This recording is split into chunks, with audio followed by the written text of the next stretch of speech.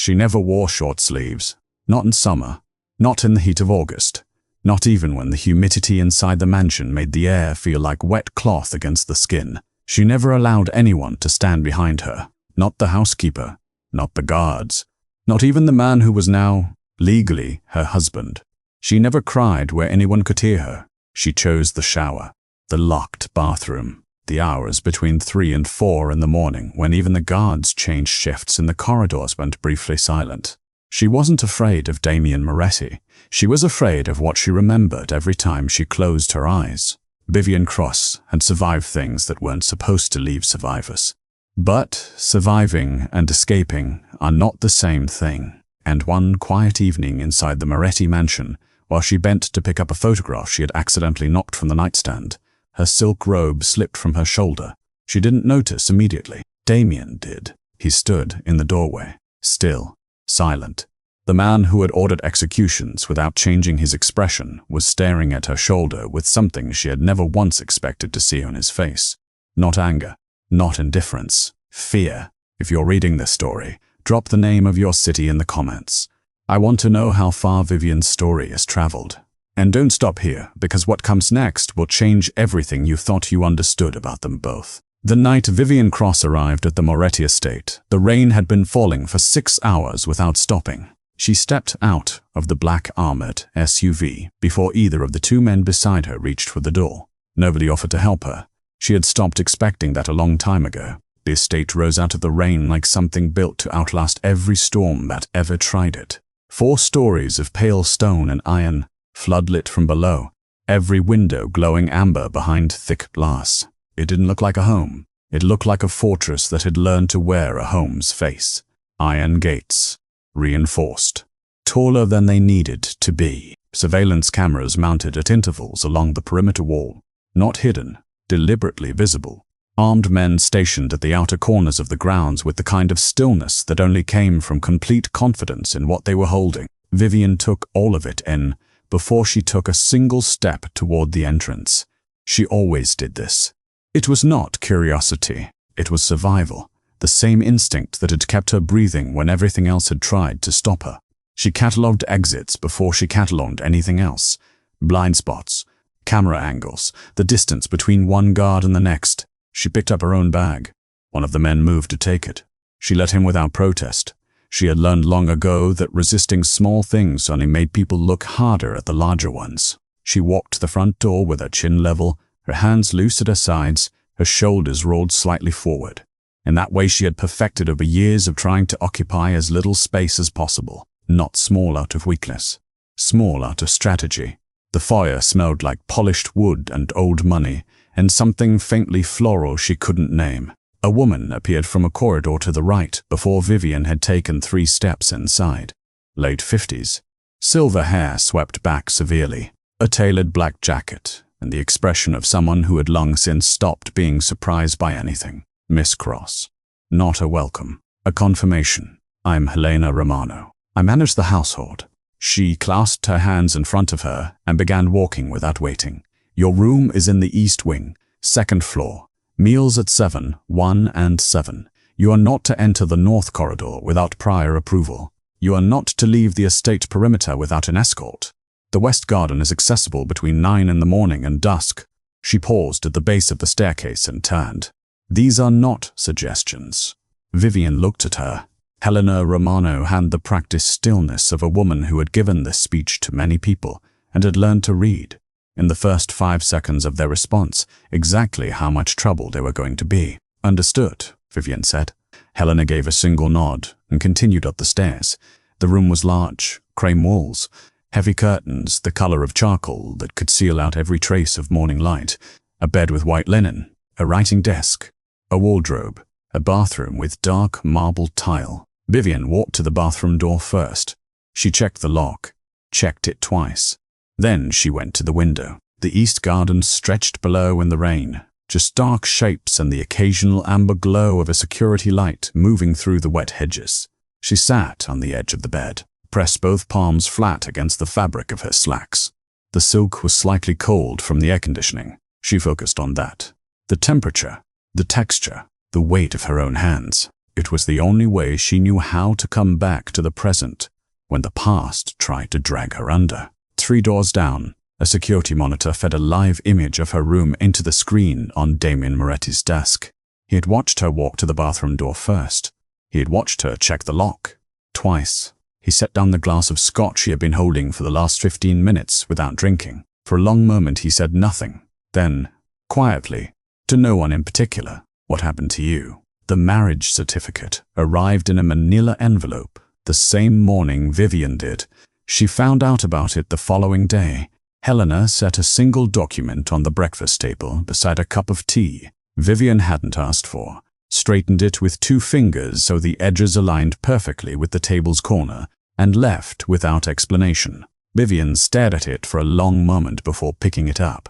Damien Aurelio Moretti, Vivian Grace Cross, lawfully wed.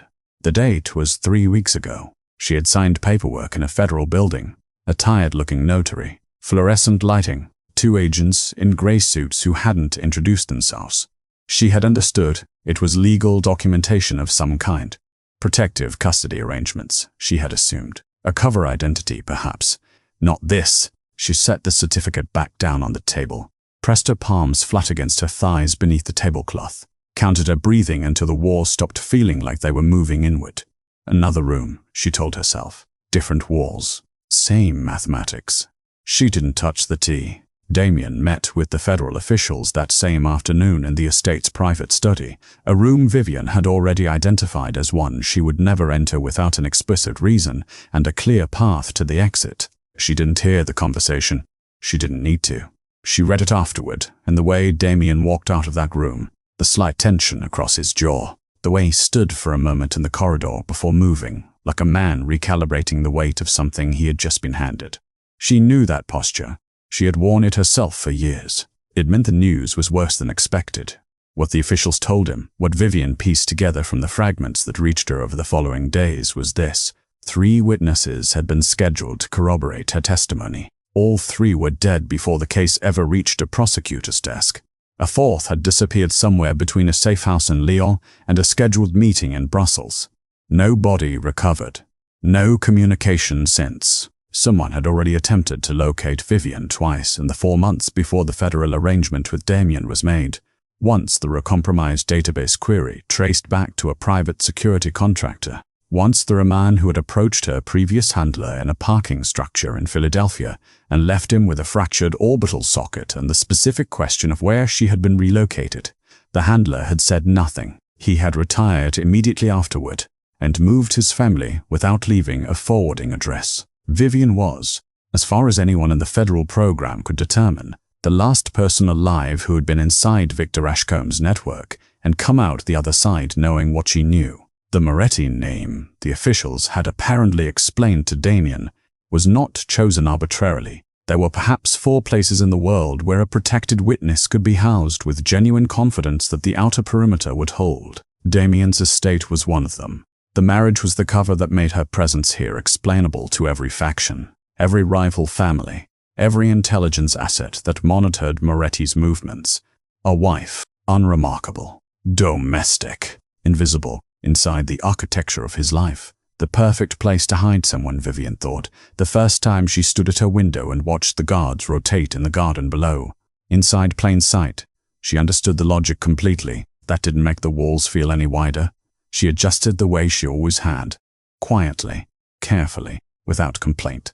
She ate breakfast before the household staff arrived in the kitchen, and dinner after they had gone. She chose the smallest table in the east sitting room rather than the formal dining hall, where the chairs were too large and the room had too many doors. She couldn't monitor simultaneously. Helena offered her a selection of clothes on the 3rd day, a wardrobe of things chosen without her input: silk blouses, tailored trousers, dresses in cream and pale gray. Beautiful, expensive, all of them short-sleeved. Vivian thanked her politely and kept wearing her own things. She slept in 4-hour intervals, never more. She had stopped trusting deep sleep years ago. Deep sleep meant you stopped listening. She kept the heavy curtains drawn, the bathroom light on, and the dresser pushed against the bedroom door from the inside, not because she believed it would stop someone determined, but because the sound of it moving would give her 3 seconds. 3 seconds had saved her before. She didn't know whether anything here required saving from. She wasn't willing to find out by assuming otherwise. Damien spoke to her twice in the first 4 days. The first time was in the corridor outside the library. He was carrying a phone he wasn't looking at. She had just come from the East Garden and was still holding a dead leaf she had picked up without thinking. An old habit. Something to hold when her hands needed to be doing something quiet. He slowed as they passed. "The garden's better in the mornings," he said, "before the groundsmen come through." She looked at him. "I'll remember that." He nodded once and continued walking. The second time, he stopped in the doorway of the east sitting room while she was reading and asked if the room temperature was adequate or whether she wanted the heating adjusted. She told him it was fine. He left. Neither conversation lasted longer than 30 seconds. Neither conversation revealed anything at all, but she noticed, both times, that he hadn't stood between her and the door. She wasn't sure whether that was deliberate. She filed it away regardless. That night, 3 kilometers from the estate's eastern wall, a man settled into position on the roof of an abandoned granary and opened the bipod legs of a long-range rifle with practiced efficiency. He pressed his eye to the scope. The estate sharpened into focus. Iron fence, flood-lit stone, guards moving in their rotation with the predictability of men who believed the perimeter was already impenetrable. He adjusted the elevation dial. The crosshairs drifted across the east wing. Second floor. Third window from the left. The curtains were drawn. He reached into his jacket and removed a photograph, holding it at the edge of his scope light without looking away from the glass. Vivian Cross. Blonde hair. Pale eyes. A face trained to show nothing. He confirmed the window one more time. Then he folded the photograph back into his pocket, disassembled the rifle in under 90 seconds, and climbed back down into the dark. He had everything he needed. He just needed the curtains to open. She was back inside the facility when it started, not the building itself. Her mind had long since burned that image down to something manageable, something she could fold small and keep in a place she didn't visit. What came back in the dream was never the architecture. It was always the sounds. The particular silence of a hallway where no one was allowed to speak. The specific pitch of a door closing in a way that meant it wouldn't open again from the inside. And underneath both of those, steady and patient as a metronome, the sound of her own breathing, shallow, controlled, practiced. Because the one thing she had understood in that place was that fear was loudest when you let it into your chest. She woke at 2:47 in the morning with her hand pressed flat against her sternum and the sheets twisted around her legs like something that had been trying to hold her down. She lay still for a long moment, counted the sounds of the room. The faint movement of air through the vent above the wardrobe, rain against glass, lighter than it had been the night of her arrival, the distant rotation of footsteps along the east corridor, the guards' pass, regular as clockwork, 42 seconds between one end and the other. The walls were where they were supposed to be. The dresser was still against the door. She was still here.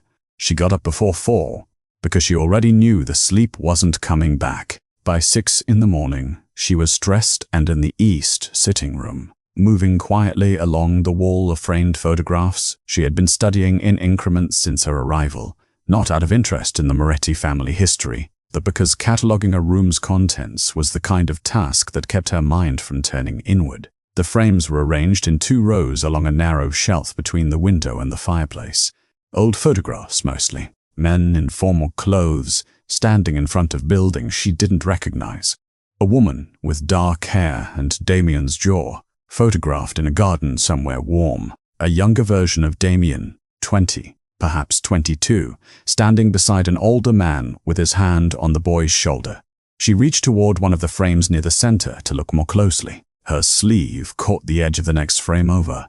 She grabbed for it without thinking. Missed. The frame hit the marble floor, and the glass cracked straight across the center, splitting the image cleanly in two. She crouched immediately to gather the pieces. The frame, the broken glass, the photograph itself, moving quickly, quietly, the way she always moved when something broke. Less sound, less evidence, less reason for anyone to come. She didn't hear him enter. She didn't hear anything. What she felt was stillness, the particular quantity of air in a room when someone in it has stopped moving entirely. She looked up. Damien stood in the doorway in a dark shirt, sleeves rolled to the forearm, holding a cup of coffee he had clearly just stopped raising to his mouth. His eyes were not on her face. They were on her shoulder. Vivian's rope had slipped when she reached for the frame. The left side had fallen clear off her shoulder, and in the pale morning light coming through the east window, the burn scars across her shoulder blade and upper back were completely, entirely visible. She had not noticed. She noticed now. She straightened, immediately pulling the rope up, in crossing her arm over her shoulder in a single movement. And she felt, the precise moment her face did what it always did when something was exposed that she hadn't chosen to expose. It went perfectly, completely blank. "I'll replace the frame," she said. Damien said nothing. He wasn't looking at her face.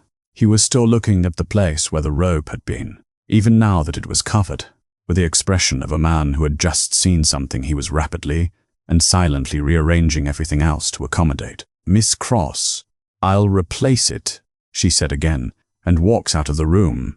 She locked the bathroom door first, then the bedroom door. Then she sat on the edge of the bath with her rope pulled tighter on both shoulders and her forehead pressed against the cool tile of the wall and breathed in through her nose and out through her mouth until the feeling in her chest stopped being so sharp.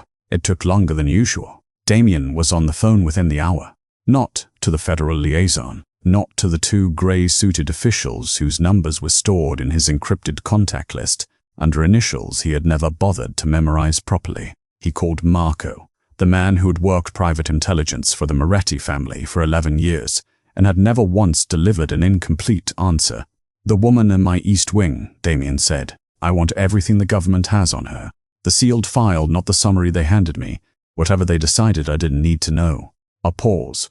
"That file has federal protection layers. I know what it has. I'm asking how long." 48 hours. "You have 24. He set the phone down and stood for a moment at the window of his study, watching the east garden below where the groundsman hadn't yet arrived, and the morning was still quiet and grey. He had looked at those scars for perhaps 4 seconds. 4 seconds had been enough. He had seen injuries before, more than most men living legitimate lives ever encountered. He knew the difference between an accident and a pattern. He knew the difference between damage caused once, in a single event, and damage caused repeatedly, methodically, by someone who understood exactly what they were doing and intended to continue. Those scars were not from a fire she had accidentally walked through. They were a record. Marco called back in 19 hours. Damien read the file in his study with the door closed and the phone face down on the desk. He read it twice. On the second pass, he stopped at a name that appeared in a footnote on the 4th page, buried almost incidental. The kind of placement that suggested someone had decided it needed to be technically present without being easily found. Victor Ashcombe. He set the file down, sat back. The government had given him a protected witness with a vague case number, a falsified history, and a 1-paragraph explanation about organized crime exposure. They had not told him her name had once appeared in a classified investigation into Victor Ashcombe's private foundation network. They had not told him what Victor Ashcombe's private foundation network had actually been. They had not told him any of this because they had clearly decided he didn't need to know, or because someone had decided specifically that he shouldn't. He picked up the phone again.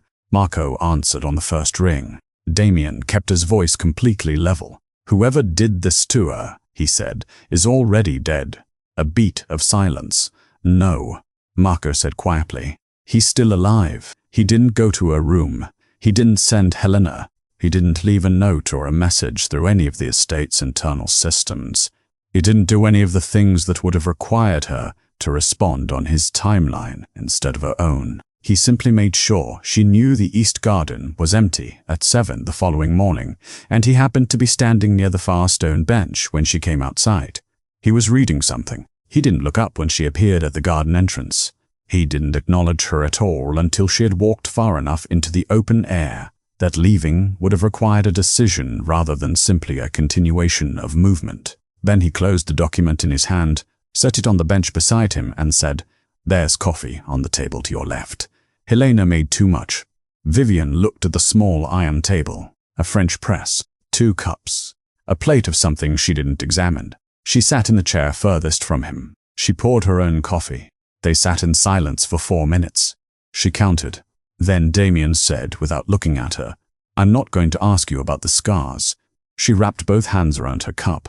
I read your file, he continued. Not the version they gave me. The real one. He paused. There are things in it I should have been told before you arrived. Vivian said nothing. Victor Ashcombe, he said. The name landed the way it always did, like something dropped from a height, heavier than its size suggested. She looked at him then. He was already looking at her, steady and unhurried, with the particular patience of a man who had learned that waiting was often more effective than pressing. How much do you know? She asked. Enough to understand, he said, that what was done to you was not incidental. The garden was quiet. Birds somewhere in the hedgerow. The distant sound of the morning guard rotation along the outer wall. Vivian set down her cup, and for the first time in 4 years, she began to speak. It came out in the way deeply buried things always do, not in order, not cleanly, but in pieces, some of them sharp, and some worn smooth from the number of times they had moved through her mind in the dark.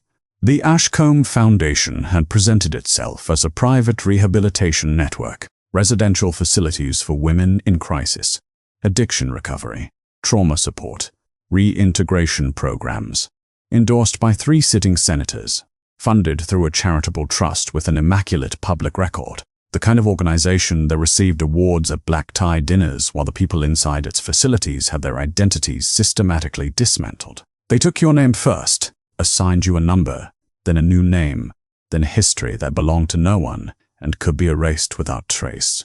They documented everything: medical records, psychological evaluations, behavioral assessments, creating a paper architecture that could, if necessary, explain away any complaint, any disappearance, any death as the tragic outcome of the troubled woman who had arrived already broken. The punishment rooms were on the sub-level. Vivian didn't describe them in detail. She described only the door, heavy, soundproofed, the handle warm from the lighting on the other side, and Damien didn't ask her to go further. His jaw had tightened once, slightly, and then he had made his face still again and kept listening. The women who complied disappeared quietly into networks she had only partially understood at the time. The women who resisted stayed longer. Vivian had stayed for 3 years. The night of the fire, she said. They were moving 4 of us to a secondary facility, a transfer. That was what they called it. She looked at the middle distance, somewhere past the hedgerow. I'd heard what happened to the women who reached the secondary facilities. None of them came back the same way they left. She paused. There was a fuel storage room adjacent to the transport corridor. The guard who walked me past it every Thursday night for 8 months had a habit of leaving the access panel unlocked. She said this without emphasis, as though she were describing a route she had taken to work. I don't think he ever considered that I was counting the seconds between his rounds. She had started the fire at 11:42 p.m. By midnight, the sub-level corridor was impassable. She had gone up through a ventilation shaft she had been measuring with her eyes for 6 weeks and come out through a ground-level grate into a drainage culvert that ran beneath the perimeter fence. She had walked 4 kilometers through a pine forest before dawn with burns across her shoulder and back from a section of heated ductwork she had misjudged in the dark. Behind her, the building had burned for 9 hours. I don't know the exact number, she said quietly. Who was staff and who was? I don't know. I've never known. She stopped.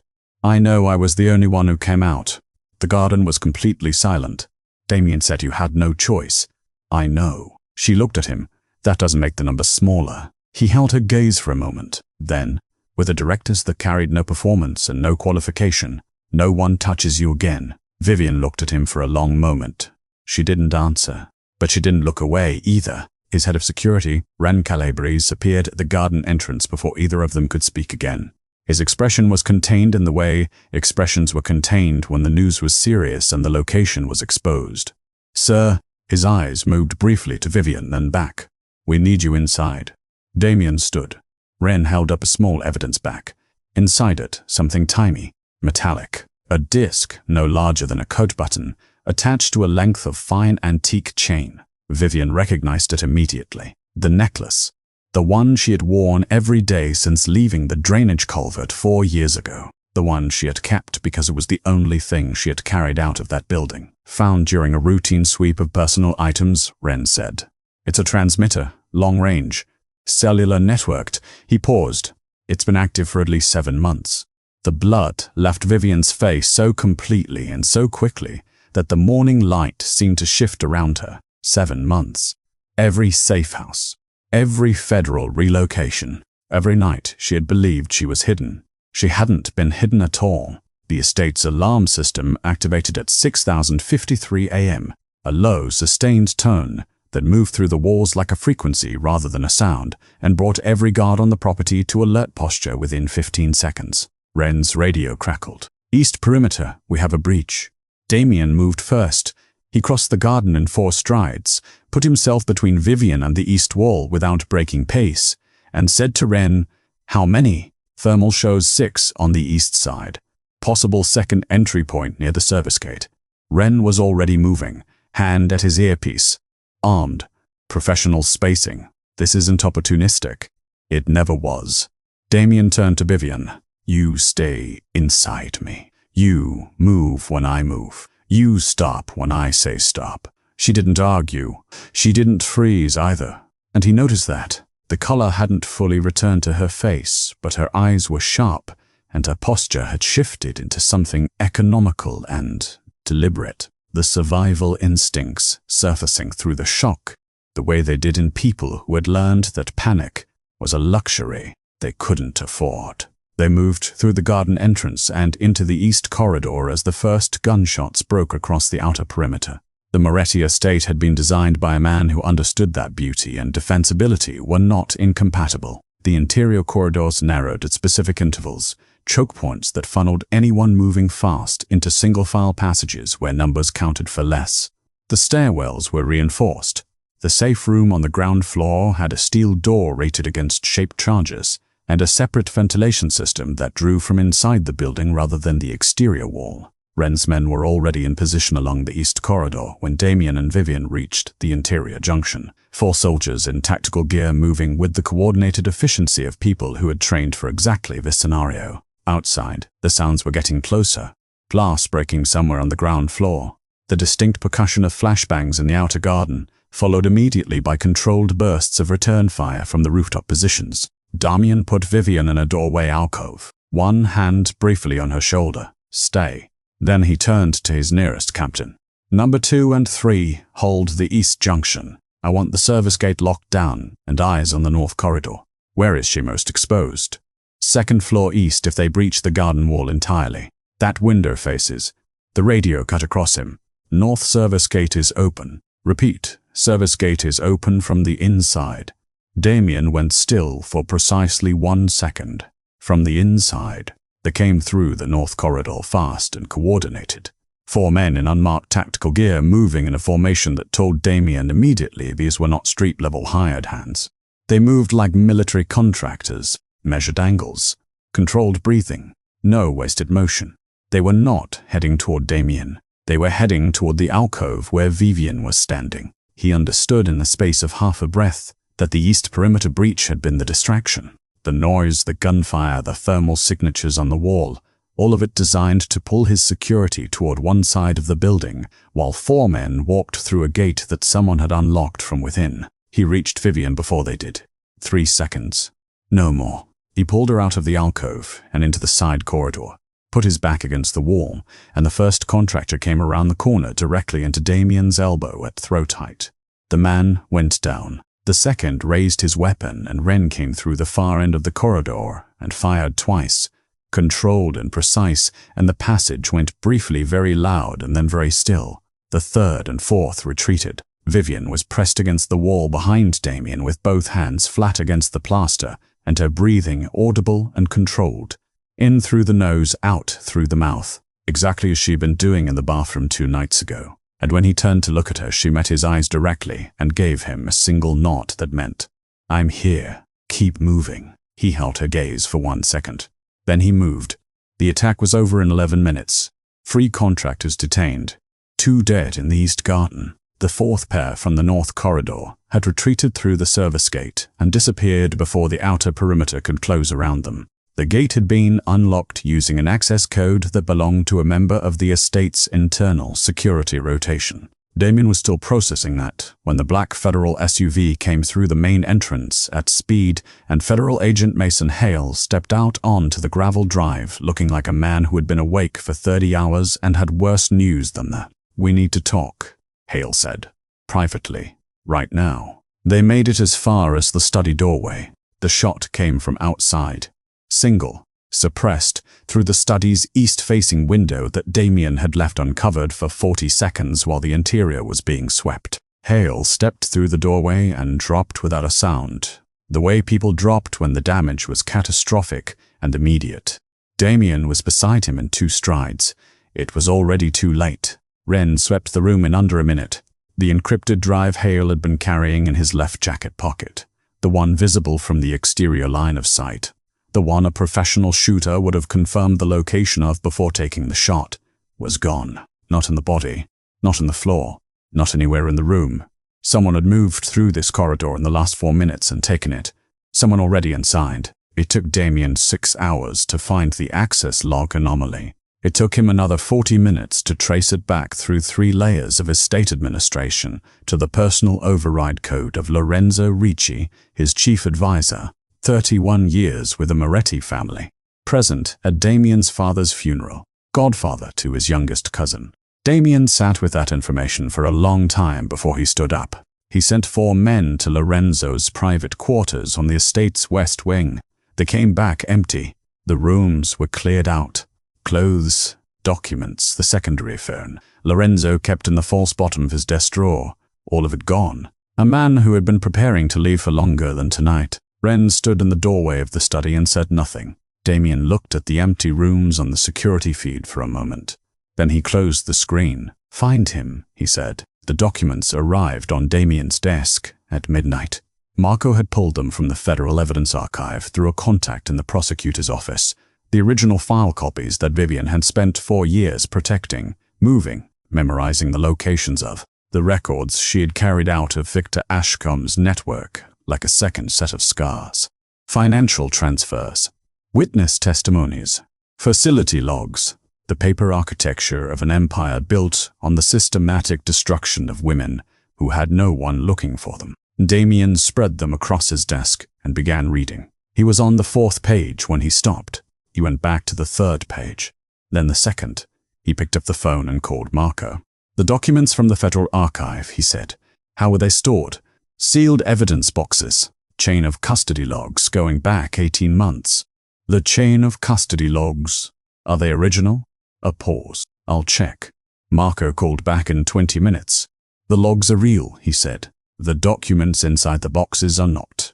Damien had forensic specialists flown in from Milan by 4 a.m. By 6 a.m. they had their answer. The substitution had been done with extraordinary precision. Paper stock matched within a 2-month production window of the originals in composition consistent with documents of the stated age. Formatted replicated down to the margin measurements of a federal evidence template that was not publicly available. This was not the work of someone who had decided to cover their tracks after the fact. This was the work of someone who had planned, from the beginning, for there to be a moment when the documents were examined and found to be authentic, because the examination itself was part of the design. The originals had been replaced 7 months ago, 1 month before federal authorities approached Damien about housing a protected witness.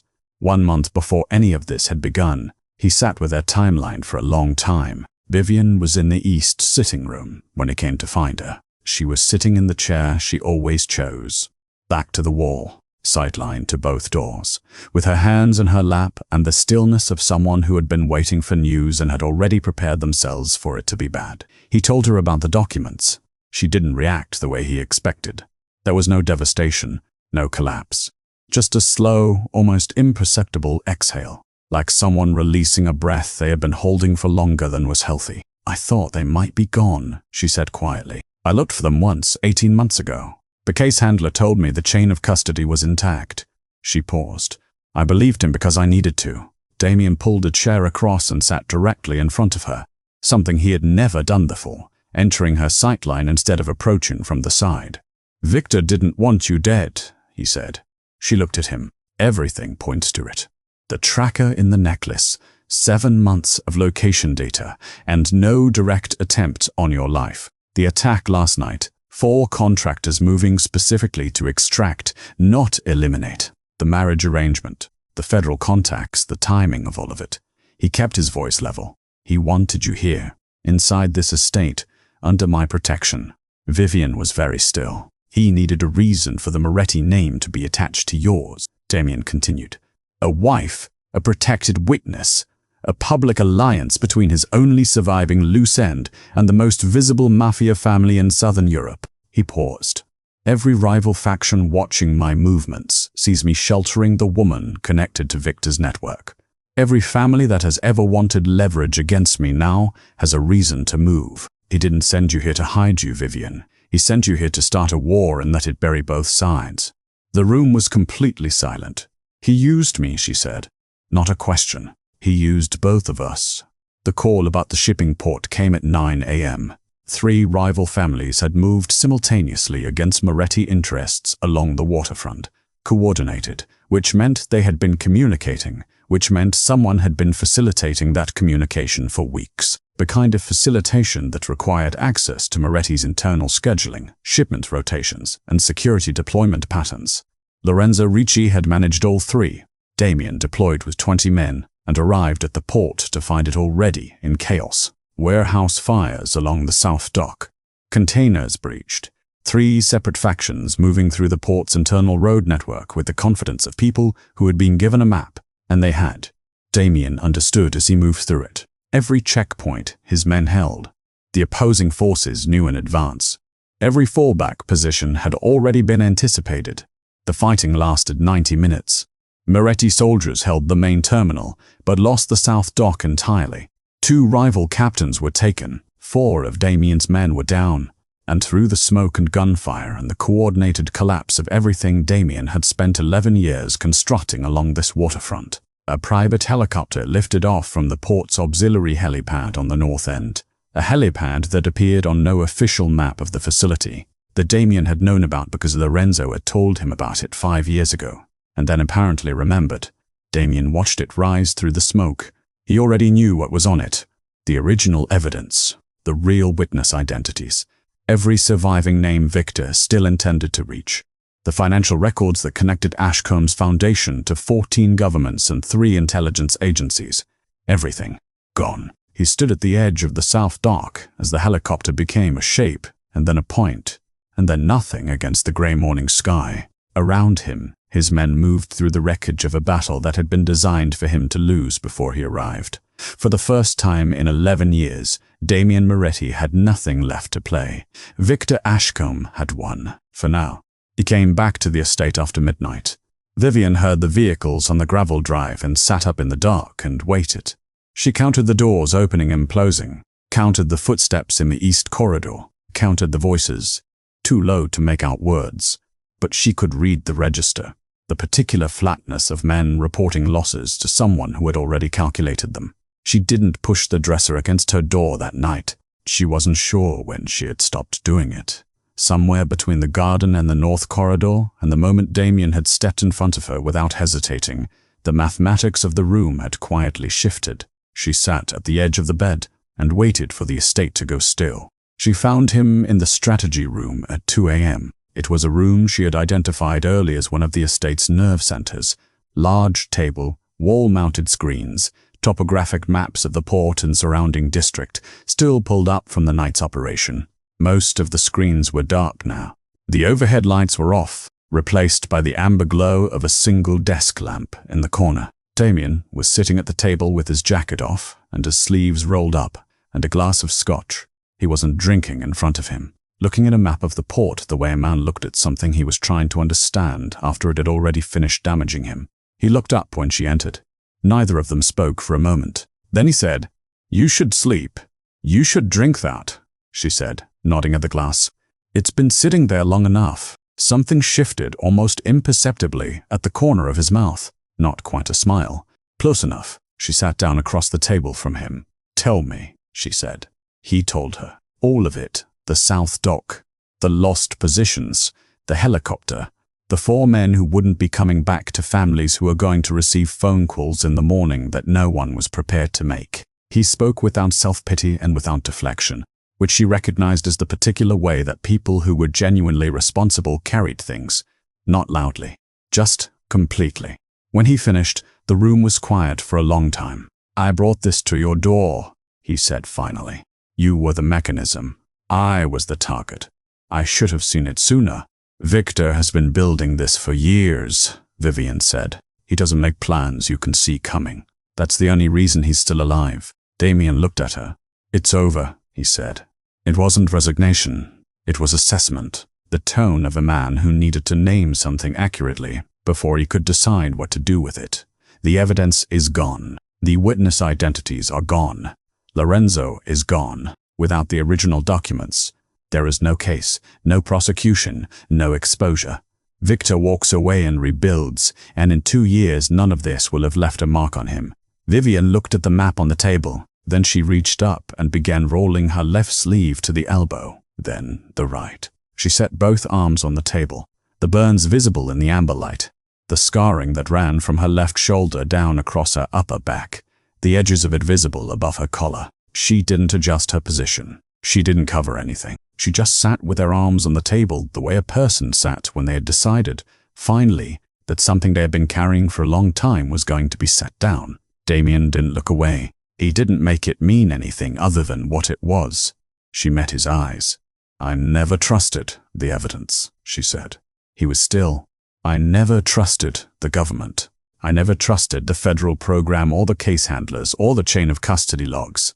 I had 3 years inside Victor's network to understand how completely he controls the infrastructure around him. Legal, governmental, financial. I knew before I ever signed the first piece of federal paperwork that anything I handed them had a meaningful chance of being reached before it was ever used." She paused. "So I kept something back. The amber light was very quiet. The night I escaped, the 9 hours the building burned and I walked through the pine forest with these." She didn't gesture at her shoulder, just held his gaze. "I had 4 hours before dawn to think with complete clarity about what came next. And I understood that the only thing Victor could never intercept, never forge, never replace or redirect or corrupt, was something that existed in no document, no file, no record of any kind." She let that sit for a moment. "I memorized it," she said. "The location of Victor Ashcomb's underground command headquarters, the facility beneath the one that burned, the one no official record acknowledges. No map shows it. No surviving witness knows it." She paused. "I've known where he is for 4 years. The silence in the room was complete.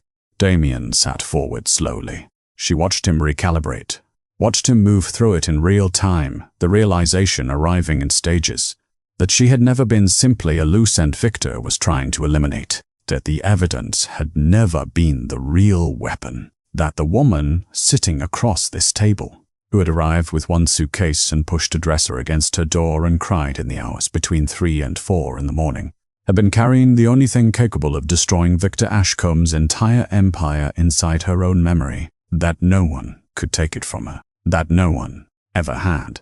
He looked at her for a long moment. Then he stood, walked to the wall and pulled up a blank map on the center screen. He set a marker pen on the table in front of her. "Are you ready?" he asked. Vivian Cross looked directly into his eyes. No trembling, no tears, for the first time since she had stepped out of that black SUV in the rain and catalogued every exit in a building she had expected to be another prison. She felt the precise weight of her own stillness and recognized it not as survival, but as choice. "I'm done running," she said, 3,000 kilometers away, in a climate-controlled room 40 meters below ground level that appeared on no satellite image and no architectural record.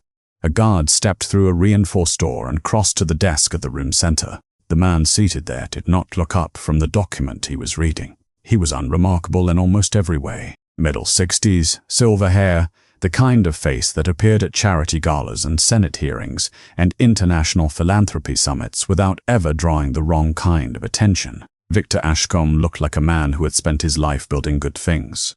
"Sir," the guard kept his voice level, "she's remembered where you are." Victor finished the sentence he was reading, set the document down, and smiled, slowly, with the complete calm of a man receiving exactly the news he had been waiting for. "Good," he said. He folded his hands on the desk. Bring them both to me. Fade to black.